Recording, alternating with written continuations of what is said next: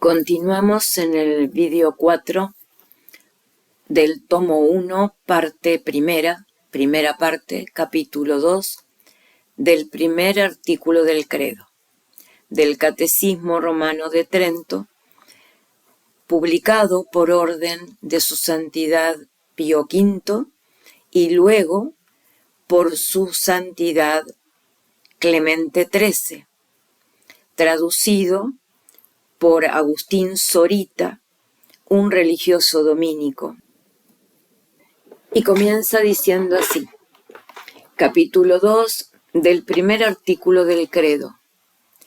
Creo en Dios Padre Todopoderoso, Criador del cielo y de la tierra. 1. Se explica brevemente el primer artículo. Estas palabras hacen este sentido.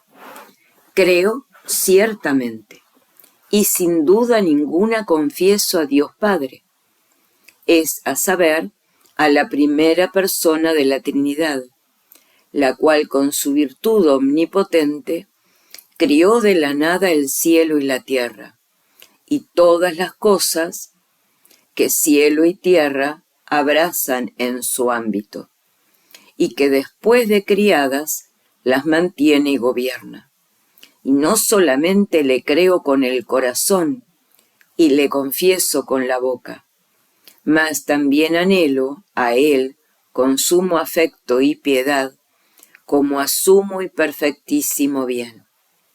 Esta es una breve explicación de este primer artículo. Mas, por estar encerrados grandes misterios en casi cada una de sus palabras, debe examinarlas con diligencia el párroco, para que, en cuanto el Señor lo concediere, llegue el pueblo fiel con temor y temblor a contemplar la gloria de su majestad. 2. ¿Qué significa la palabra creo? Esta palabra creer no significa aquí lo mismo que pensar, sentir u opinar, sino que, como enseñan las letras sagradas, tiene fuerza de un ascenso certísimo, con el cual el entendimiento juzga firmemente y constantemente ser verdad infalible lo que dice el Señor, que le descubre sus misterios. Y por tanto aquel cree, según que pertenece a la declaración de este lugar, que sin duda alguna tiene una cosa por cierta y verdadera. Y no debe nadie pensar que es menos cierta la noticia de la fe, por no verse las cosas que nos propone para que las creamos. Porque la luz divina con que las percibimos, aunque no dé por sí claridad a las cosas, no por eso nos deja dudar de ellas, pues el Señor, que hizo salir la luz de las tinieblas, 2 Corintios 4, Él mismo iluminó nuestros corazones, para que su evangelio no esté encubierto a nosotros, como lo está para los que se pierden. 2 Corintios 4. 3. No se han de escudriñar los artículos de la fe con curiosidad, sino afirmarlos con sencillez. De lo dicho se sigue que aquel que está adornado con este conocimiento celestial de la fe, queda libre de la curiosidad de inquirir. Porque Dios, cuando nos manda creer, no nos propone sus divinos juicios para escudriñarlos, o que averigüemos la razón o causa de ellos, sino que demanda una fe inmutable, la cual hace que se aquiete el alma en la noticia de la verdad eterna. Y por cierto, afirmando el apóstol que Dios es veraz y todo hombre mentiroso. Romano 3. Si sería arrogancia y aún desvergüenza no dar crédito a un hombre grave y docto que afirmaba una cosa, sino estrecharle también a probar con razones y testigos lo que decía. qué arrojo y qué locura no será oír las voces de Dios y pedirles razones de su celestial y saludable doctrina. Se ha de tener pues la fe, no sólo desechando toda duda, sino también todo deseo de que se pruebe lo que se nos dice. Cuarto, no basta para salvarse creer, es también necesario confesar la fe públicamente. Pero, a más de esto, debe enseñar el párroco que el que dice creo, aunque en esto declare el ascenso íntimo de su entendimiento, que es el acto interior de la fe, debe manifestar con pública profesión de la fe lo mismo que tiene encerrado en su alma, confesarlo a las claras y predicarlo con suma prontitud, porque deben los fieles tener aquel espíritu con el cual decía confesado el profeta: creí y por esto he hablado. Salmo 115. Deben imitar a los apóstoles, los que respondieron a los príncipes del pueblo: no podemos dejar de predicar lo que vimos y oímos. Hechos 4. Deben alentarse con aquella esclarecida voz del apóstol: no me avergüenzo del Evangelio, porque es virtud de Dios para salud de todos los creyentes. Romanos 1. Y lo que dice también, que en gran manera confirma la verdad de esta sentencia: con el corazón se cree para la justicia, mas con la boca se hace la confesión para la salvación. Romanos 10. En Dios.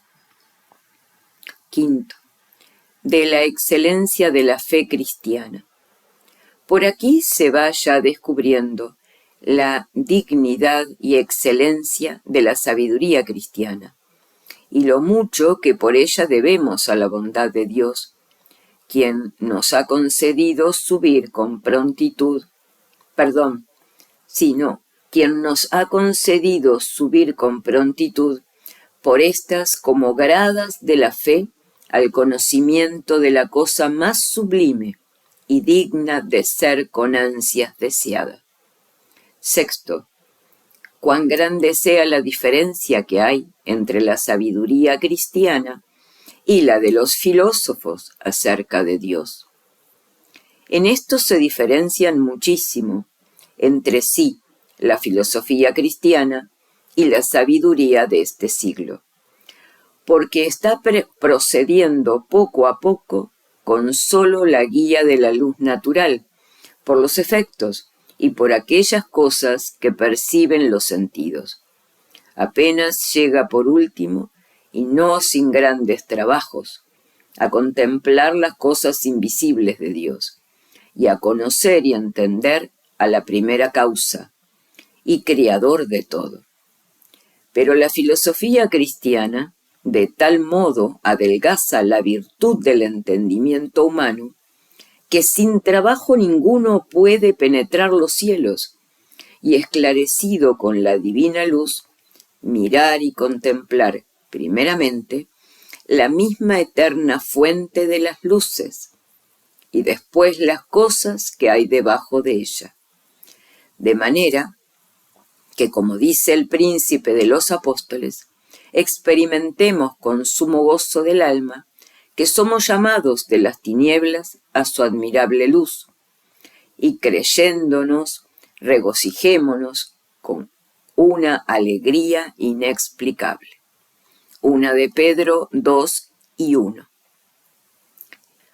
Con mucha razón, pues confiesan ante todos los fieles que creen en Dios, cuya majestad decimos con Jeremías que es incomprensible.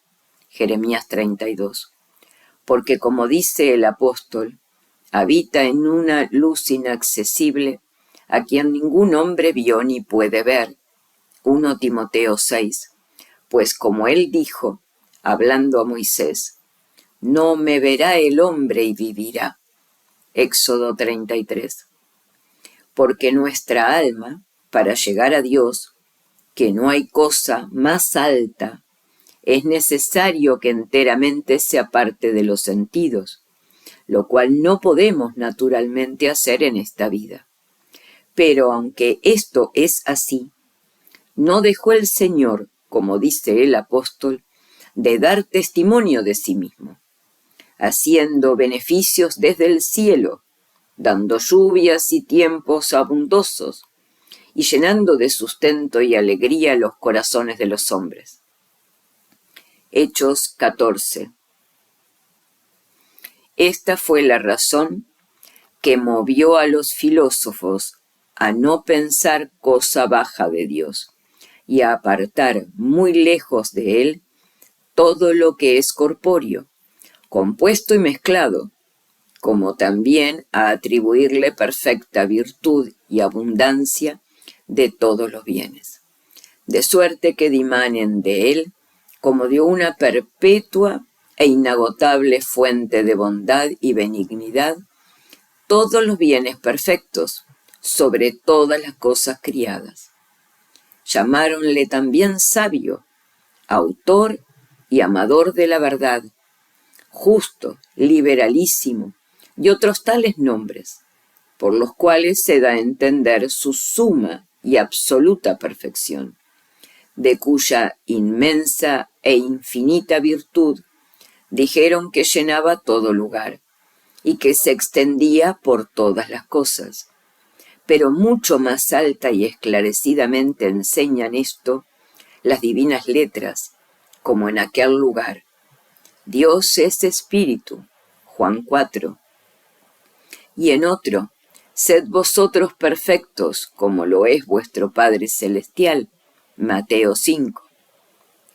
Ítem. Todas las cosas están desnudas y descubiertas ante sus ojos, Hebreos 4. Mas, oh alteza de las riquezas de la sabiduría y ciencia de Dios, Romanos 11. Mas, Dios es veraz, Romanos 3. Mas, yo soy camino, verdad y vida, Juan 14. Mas, tu diestra está llena de justicia, Salmo 47. Mas, abres tú tu mano y llenas de bendición a todo animal, Salmo 144. Finalmente, ¿dónde me esconderé de tu espíritu y a dónde huiré de tu presencia?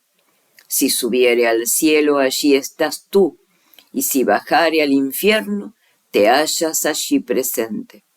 Y si tomare mis alas por la mañana y fuere a parar al cabo del mar, Salmo 138. Y por ventura no lleno yo los cielos y la tierra, dice el Señor, Jeremías 23.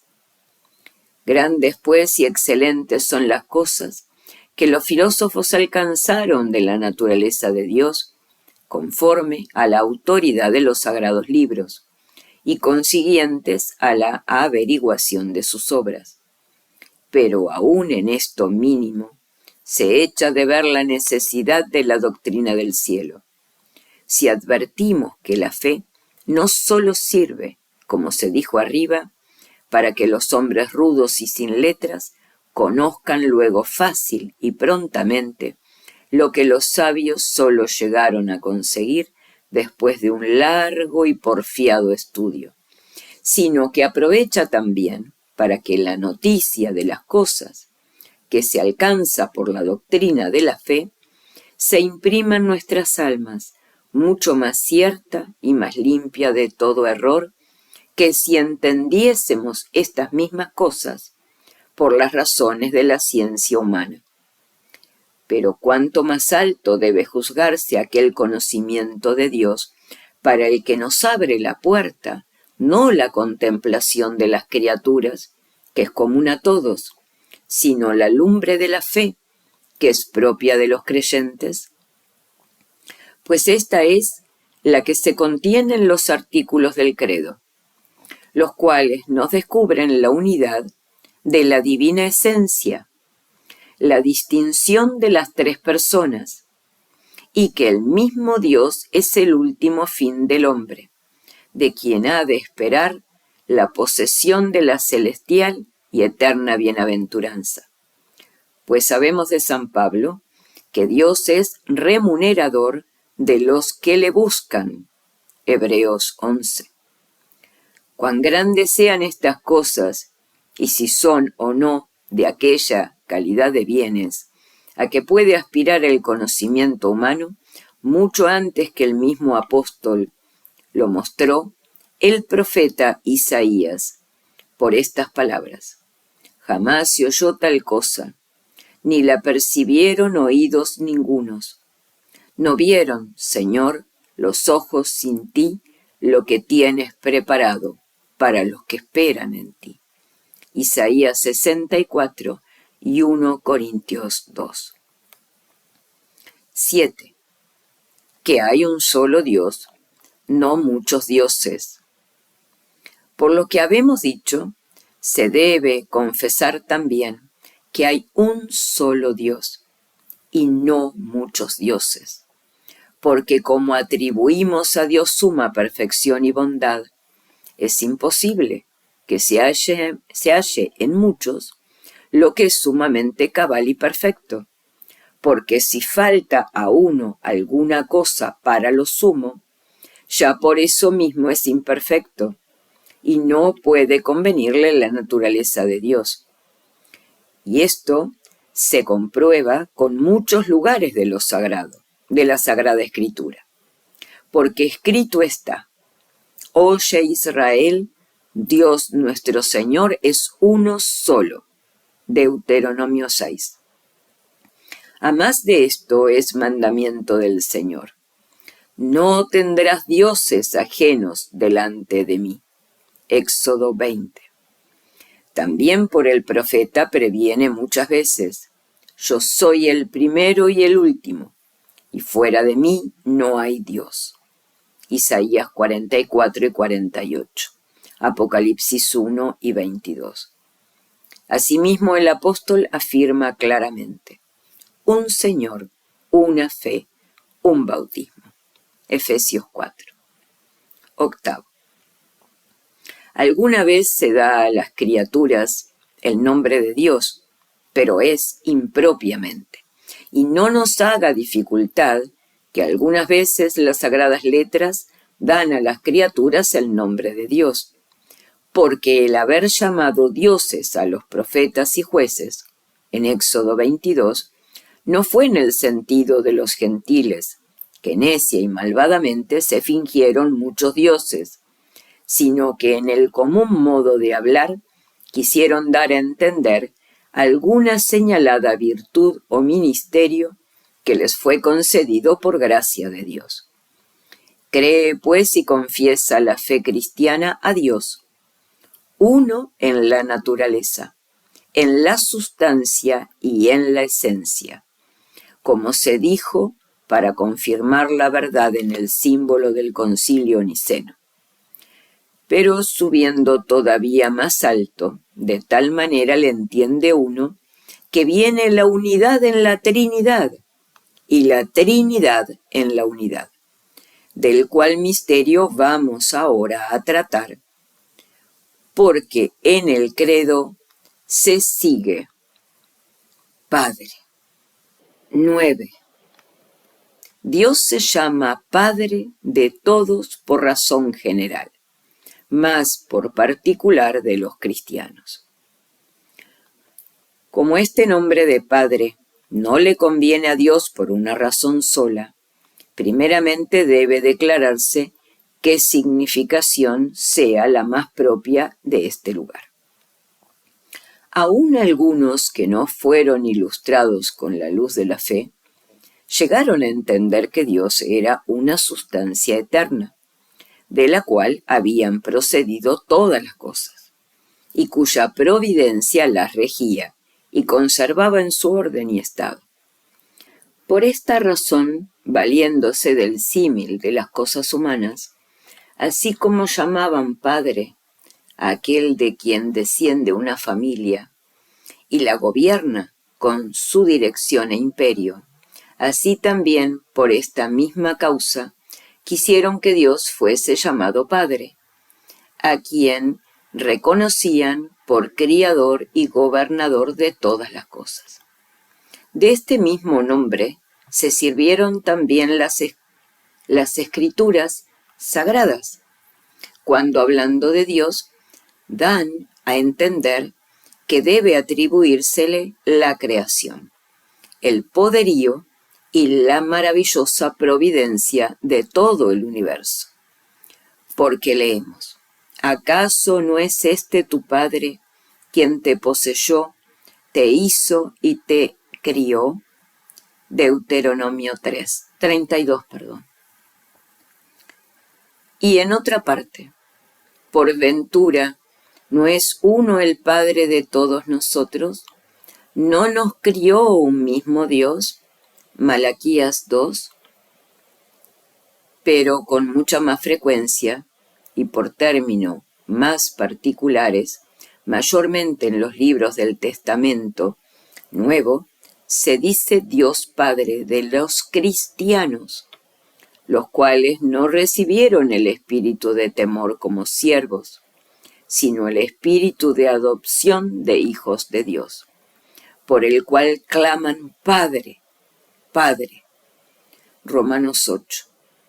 Porque tal caridad nos dio este Padre, que nos llamemos hijos de Dios, y que lo seamos. 1 Juan 3. Y si somos hijos, somos herederos también. Sí, por cierto, herederos de Dios y coherederos de Cristo, que es el primogénito entre muchos hermanos. Romanos 8. Sin avergonzarse de llamarnos hermanos. Hebreos 2. Sea pues por la razón común de la creación y providencia, o sea, por la particular de la espiritual adopción, justísimamente confiesan los fieles que creen en Dios Padre.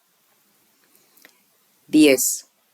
De lo que encierra en sí esta palabra Padre y de la distinción de las personas divinas. Pero además de las significaciones que hemos explicado, enseñará el párroco que al oír la voz Padre, se ha de levantar el alma a misterios más altos, porque lo que hay más secreto y escondido en aquella luz inaccesible donde mora Dios, y que la razón e inteligencia humana ni puede conseguirlo, ni aún imaginarlo, esto nos empiezan a descubrir los oráculos divinos por el nombre de Padre. Dícenos, pues, este nombre, que en una sola esencia de la divinidad se debe creer, no una persona sola, sino distinción de personas, porque tres son las personas en Dios: la del Padre, que de ninguno procede, la del Hijo, que ante todos los siglos es engendrado por el Padre, y la del Espíritu Santo, que asimismo procede ab eterno del Padre y del Hijo. Es pues el Padre, en una misma esencia de la divinidad, la primera persona, quien con su unigénito Hijo y el Espíritu Santo es un Dios y un Señor, no en la singularidad de una persona, sino en la trinidad de una sustancia.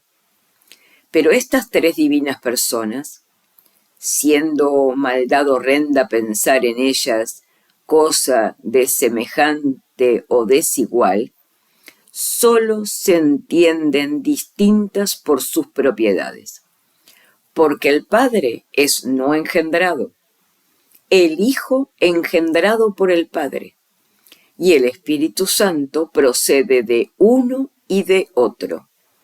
Y así, de tal manera confesamos una misma esencia y una misma sustancia de todas tres personas, que en la confesión de la verdadera y eterna deidad creemos debe ser adorada piadosa y santamente, la propiedad en las personas, la unidad en la esencia y la igualdad en la Trinidad.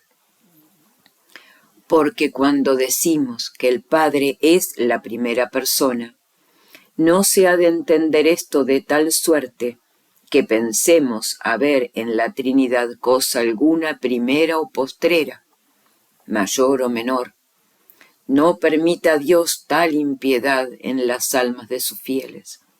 Cuando predica la religión cristiana, una misma eternidad y una misma majestad de gloria en todas tres personas, sino que en tanto afirmamos verdadera e indubitablemente que el Padre es la primera persona, en cuanto es principio sin principio, la cual persona así, como es distinta por la propiedad de Padre, así a sola ella determinadamente conviene haber engendrado ab eterno al Hijo. Y siempre que en esta confesión pronunciamos juntos los nombres de Padre y Dios, se debe entender que siempre fue juntamente Dios y Padre. Mas, porque no podemos andar con más peligro o error más gravemente en la declaración o explicación de otra cosa ninguna fuera de esta, que es la más encumbrada y difícil de todas. Enseñe el párroco que debe retenerse con gran veneración los nombres propios de esencia y persona, con las cuales se significa este misterio. Y tengan entendido los fieles que hay unidad en la esencia, pero distinción en las personas. Mas estas cosas no se han de examinar con sutileza, acordándonos de aquel dicho: el escudriñador de la majestad será oprimido de la gloria. Proverbios 25.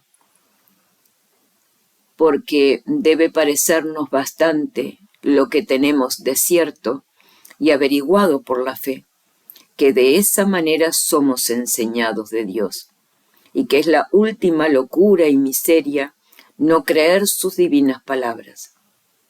Enseñad, dice, a todas las gentes, bautizándolas en el nombre del Padre y del Hijo y del Espíritu Santo. Mateo 28. Y en otra parte, 3 son los que dan testimonio en el cielo: el Padre, el Verbo y el Espíritu Santo. Y estos 3 son una misma cosa. 1 Juan 5.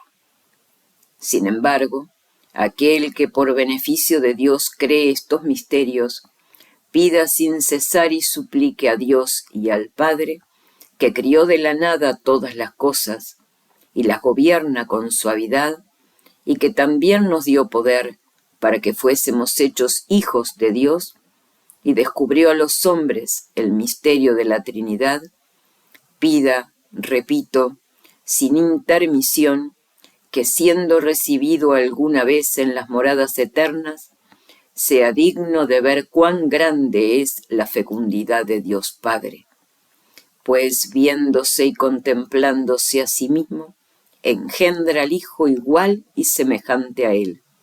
¿Y en qué manera o de qué modo un mismo en todo e igual amor de caridad de los dos, que es el Espíritu Santo, quien procede del Padre y del Hijo, une y junta entre sí con un eterno indisoluble lazo al que engendra y al que es engendrado, y que así sea una la esencia de la Trinidad y perfecta distinción de las tres personas. 11. ¿Qué significa aquí la palabra todopoderoso? Todopoderoso.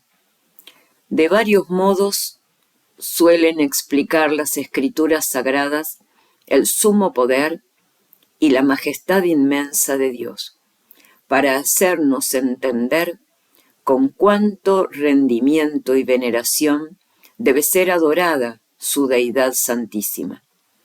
Pero en primer lugar ha de enseñar el párroco que se le atribuye con mucha frecuencia la virtud de Todopoderoso, porque el mismo Señor dice de sí: yo soy el Señor Todopoderoso.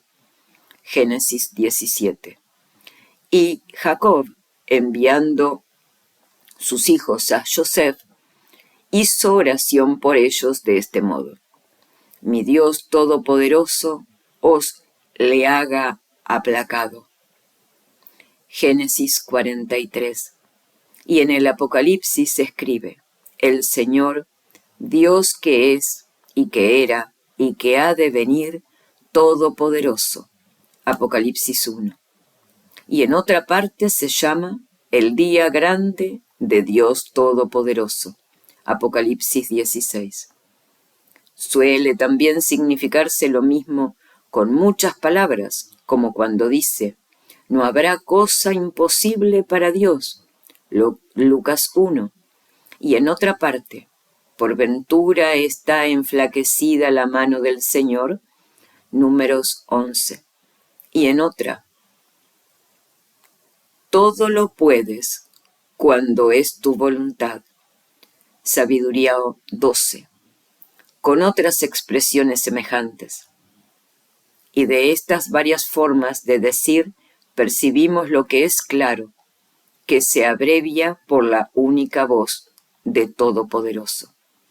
Entendemos, pues, por este nombre, que ni hay ni se puede pensar cosa ninguna que Dios no pueda hacer, porque no solo tiene poder para aquellas cosas que, aunque muy grandes, todavía se ofrecen en alguna manera al pensamiento, como aniquilarlo todo y criar de repente muchos mundos, sino que también se contienen en su virtud otras mucho mayores, que ni imaginarlas puede el entendimiento humano. 12. Por ser Dios Todopoderoso, no puede pecar, engañarse ni mentir. Pero aunque puede Dios todas las cosas, no se sigue de ahí que pueda mentir, engañar o ser engañado, pecar, fenecer o ignorar alguna cosa, porque estos defectos únicamente se pueden hallar en aquella naturaleza cuyas acciones son imperfectas. Pero Dios, cuya acción es siempre perfectísima, en tanto se dice que no puede estas cosas, en cuanto tal poder nace de enfermedad o de flaqueza, no de suma e infinita virtud de todo, cual es la que tiene Dios. Y así de tal manera creemos que Dios es todopoderoso, que juntamente entendemos estar muy lejos de su majestad todas aquellas cosas que no sean muy conformes y correspondientes a la perfección de su esencia. 13. ¿Por qué dejados otros nombres se propone el de Todopoderoso y las utilidades que resultan de esta creencia? Enseñe también el párroco que con grande acuerdo y sabiduría se dispuso el que, emitidos otros nombres que se apropian a Dios, solo se pronunciase en el credo el de Todopoderoso. Porque una vez que confesamos a Dios Todopoderoso, es necesario confesar también que tiene ciencia de todas las cosas, y que todas ellas están sujetas a su señorío e imperio. Y no dudando que lo puede todo, legítimamente se sigue tener por muy ciertas todas las demás perfecciones, que si le faltaran, en manera ninguna podríamos entender cómo sería todopoderoso. De más de esto, cosa ninguna es tan eficaz para confirmar nuestra fe y esperanza, como el estar muy fijos en que no hay cosa alguna que Dios no pueda hacer, porque todo lo demás que después deba creerse, por grande y maravilloso que sea, y aunque sobrepuje el orden y modo de las cosas, luego lo cree sin la menor duda el que sabe que Dios es todopoderoso. Antes bien, cuanto mayores son las cosas que enseñan las divinas escrituras, tanto de mejor gana juzga que se le ha de dar fe. Y si tiene también que esperar alguna cosa buena, no desfallece el ánimo por la grandeza de lo que pretende. Antes se alienta y se conforta a sí mismo, pensando muchas veces que nada hay imposible para un Dios que es todopoderoso. Por esto conviene mucho estar muy fortalecidos con esta fe señaladamente, o cuando nos vemos en la precisión de hacer algunas obras extraordinarias para bien y utilidad de los prójimos, o cuando deseamos alcanzar alguna cosa de Dios con nuestras oraciones, porque lo primero lo enseñó el mismo Cristo, cuando, reprehendiendo la incredulidad de sus apóstoles, les dijo: si tuvierais fe como un grano de mostaza, diréis a este monte: pásate de aquí a acullá, y pasarse ha, y nada imposible habrá para vosotros. Mateo 17. Y sobre lo segundo dijo así el apóstol Santiago: pida con fe sin duda alguna, porque el que duda es semejante a la ola del mar, que es movida y llevada por el viento de una parte a otra. No piense pues tal hombre recibir el Señor cosa ninguna. Jacob 1, Santiago 1, ¿no? Otras muchas utilidades y provechosos nos acarrea esta fe, y provechos, muchas otras utilidades y provechos nos acarrea esta fe. Primeramente, nos dispone para toda modestia y humildad de ánimo, pues dice así el príncipe de los apóstoles: humillaos debajo de la mano poderosa de Dios. 1 Pedro 5.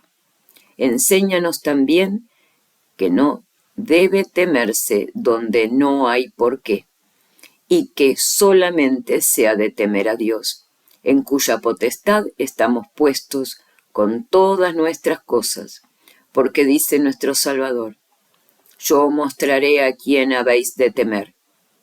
Temed a aquel que después de muerto el cuerpo tiene poder para echar el alma en el infierno. Lucas 12. Asimismo nos valemos de esta fe para conocer y celebrar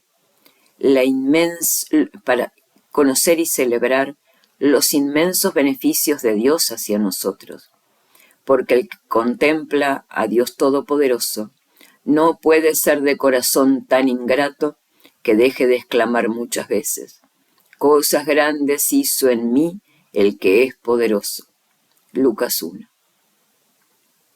14. Aunque se atribuye al Padre ser todopoderoso, igualmente conviene al Hijo y al Espíritu Santo. Pero de que en este artículo llamamos al Padre Todopoderoso, nadie debe caer en el error de pensar que de tal manera se le atribuya este nombre, que no sea también común al Hijo y al Espíritu Santo. Porque así como decimos Dios Padre, Dios Hijo y Dios Espíritu Santo, y sin embargo no decimos haber tres dioses, sino un Dios, así también confesamos igualmente todopoderoso al Padre, al Hijo y al Espíritu Santo. Mas no decimos que hay tres todopoderosos, sino solo uno. Llamamos empero todopoderoso al Padre, por la razón particular de que es la fuente de todo origen, así como al Hijo, que es la palabra eterna del Padre, atribuimos la sabiduría, y la bondad al Espíritu Santo, que es el amor del Padre y del Hijo. Aunque estos y otros semejantes nombres se digan comúnmente de todas tres personas según la regla de la fe católica. Criador del cielo y de la tierra. 15.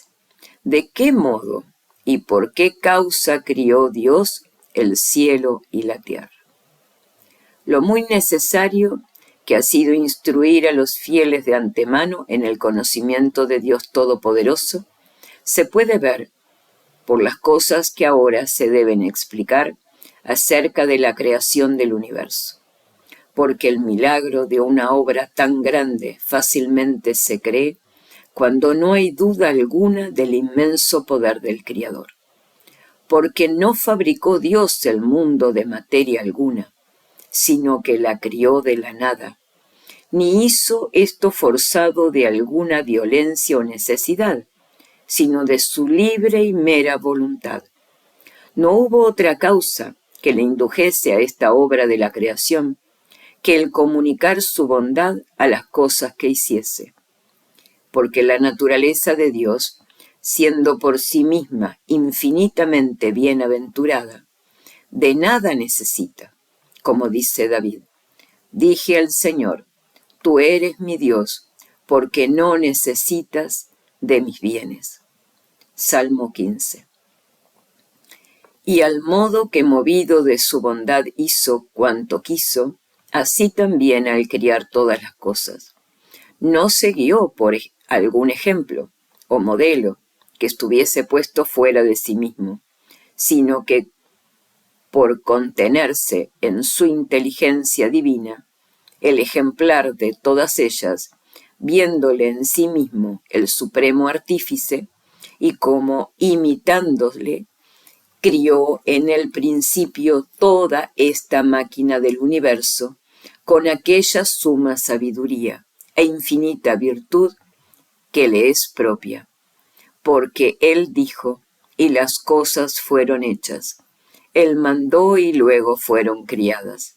Salmo 32 y 48.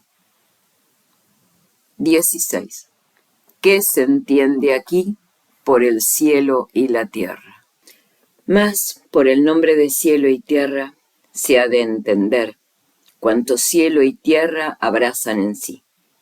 Porque además de los cielos, que llamó el profeta obras de sus dedos, en el Salmo 8, añadió también la claridad del sol y el adorno de la luna y de los demás astros, y para que sirviesen de señales y distinguiesen los tiempos, los días y los años. Concertó los orbes de los cielos con un curso tan cierto y permanente que ni puede verse cosa más movible que su perpetua revolución, ni otra más cierta que su movimiento. 17. De la creación de los ángeles y de sus dones. Demás de esto crió Dios de la nada la naturaleza espiritual y ángeles innumerables que le sirviesen y asistiesen, a los cuales luego enriqueció y adornó con el don maravilloso de la gracia y poderío, porque diciendo la Sagrada Escritura, que el diablo no estuvo firme en la verdad, Juan 8, es manifiesto que él y todos los demás ángeles desertores fueron adornados con la gracia desde el principio de su creación. Acerca de lo cual dice así San Agustín: crió Dios los ángeles con buena voluntad. Esto es, con el amor casto con que se unen con él, formando en ellos la naturaleza y al mismo tiempo dándoles la gracia. Libro 12 de La ciudad de Dios, capítulo 9. Y así se ha de creer que los ángeles buenos nunca estuvieron sin buena voluntad o sin amor de Dios. Por lo que mira a la ciencia, hay aquel testimonio de las letras sagradas. Tú, Señor, mi Rey, eres sabio, así como tienes sabiduría un ángel de Dios, de modo que entiendes todas las cosas sobre la tierra. 2 Reyes 14. Y en fin, por lo que hace al poder, se le atribuye el divino David por aquellas palabras: poderosos en virtud, y que hacen sus mandamientos. Salmo 102. Y por esta razón se llaman muchas veces en las sagradas letras virtudes y ejércitos del Señor. Pero aunque todos ellos fueran dotados de celestiales dones, sin embargo, muchísimos que desertaron de Dios, su Padre y Creador, fueron derribados de aquellas altísimas sillas y encerrados en una caverna obscurísima de la tierra, donde pagan las penas eternas de su soberbia, de los cuales escribe de este modo el príncipe de los apóstoles: no perdonó Dios a los ángeles que pecaron, mas antes, amarrados con las cadenas del infierno, los entregó a sus tormentos, reservándolos para el juicio. 2 Pedro 2. 18. De la creación de la tierra. A la tierra, también fundada sobre su firmeza, mandó Dios por su palabra que se mantuviese firme en la parte que está en medio del mundo, e hizo que se empinasen los montes y se bajasen los campos al lugar que le señaló. Salmo 103. Y para que no la anegase la fuerza de las aguas, les puso coto, que no traspasaran ni se encresparan para cubrir la tierra. Después, no solamente la vistió y hermoseó con toda variedad de árboles, hierbas y flores, sino que la pobló también de innumerables especies de animales, al modo que antes había ya poblado las aguas y el aire. 19. De la creación del hombre. Últimamente formó Dios al hombre del lodo de la tierra, dispuesto y concertado en cuanto al cuerpo, de tal modo que fuese inmortal e impasible, no por virtud de su naturaleza, sino por beneficio divino.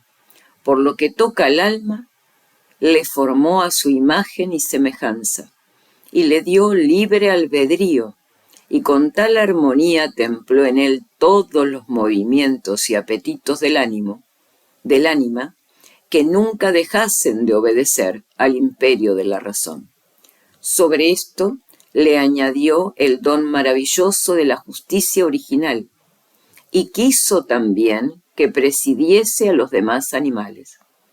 Mas esto fácilmente podría saber los párrocos, para instrucción de los fieles, por la sagrada historia del Génesis.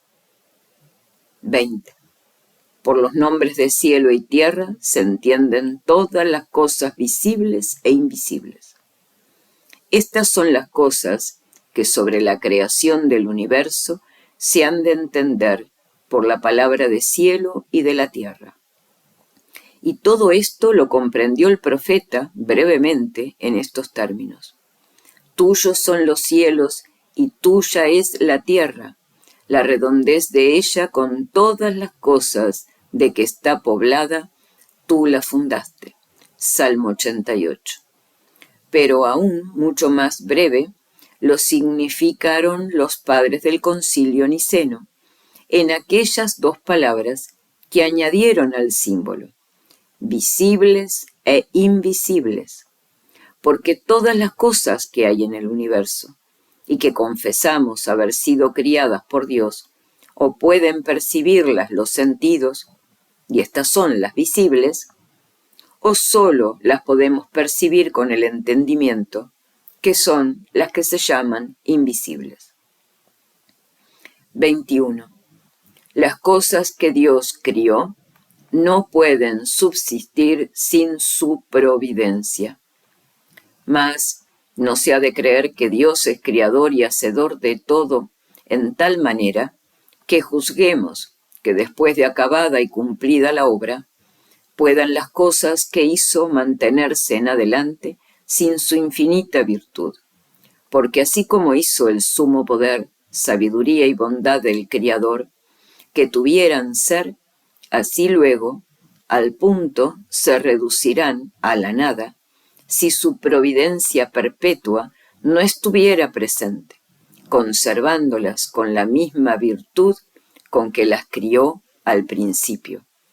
Así lo declara la Sagrada Escritura cuando dice: ¿cómo podría nada permanecer si tú no quisieras? ¿O se conservaría lo que tú no llamases? Sabiduría 11. 22. Dios promueve las criaturas sin impedir su actividad.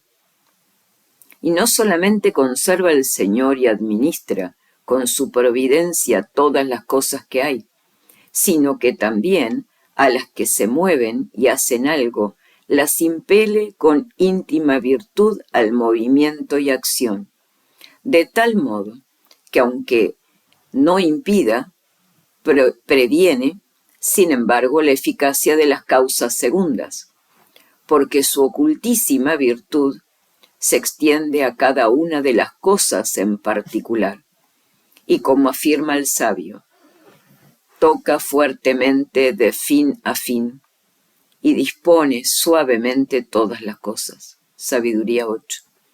Por esto el apóstol, anunciando a los atenienses a aquel Dios que adoraban ignorándole, dijo: no está lejos de cada uno de vosotros, porque en él vivimos, nos movemos y somos. Hechos 17. 23. La obra de la creación es común a las tres divinas personas. Baste lo dicho para la explicación de este primer artículo, pero advertimos que la obra de la creación es común a todas las personas de la Santísima e individua Trinidad, porque en este lugar, según la doctrina de los apóstoles, confesamos al Padre Criador del cielo y de la tierra. En las Escrituras Sagradas leemos del Hijo: todas las cosas fueron hechas por Él. Juan 1. Y del Espíritu Santo: el Espíritu del Señor andaba sobre las aguas. Génesis 1. Y en otra parte: por la palabra del Señor fueron establecidos los cielos, y por el Espíritu de su boca fue hecha toda la virtud de ellos. Salmo 32. Finalizamos así este vídeo cuarto del tomo 1 de la primera parte, el capítulo 2, que es del primer artículo del credo del Catecismo Romano de Trento, mandado publicar por San Pío V y Clemente XIII, traducido por el religioso dominico Agustín Zorita. E invitamos a continuar la lectura y aprendizaje de este catecismo en el vídeo quinto del tomo 1 de la primera parte, el capítulo 3, del segundo artículo del credo. Y en Jesucristo, su único Hijo, nuestro Señor.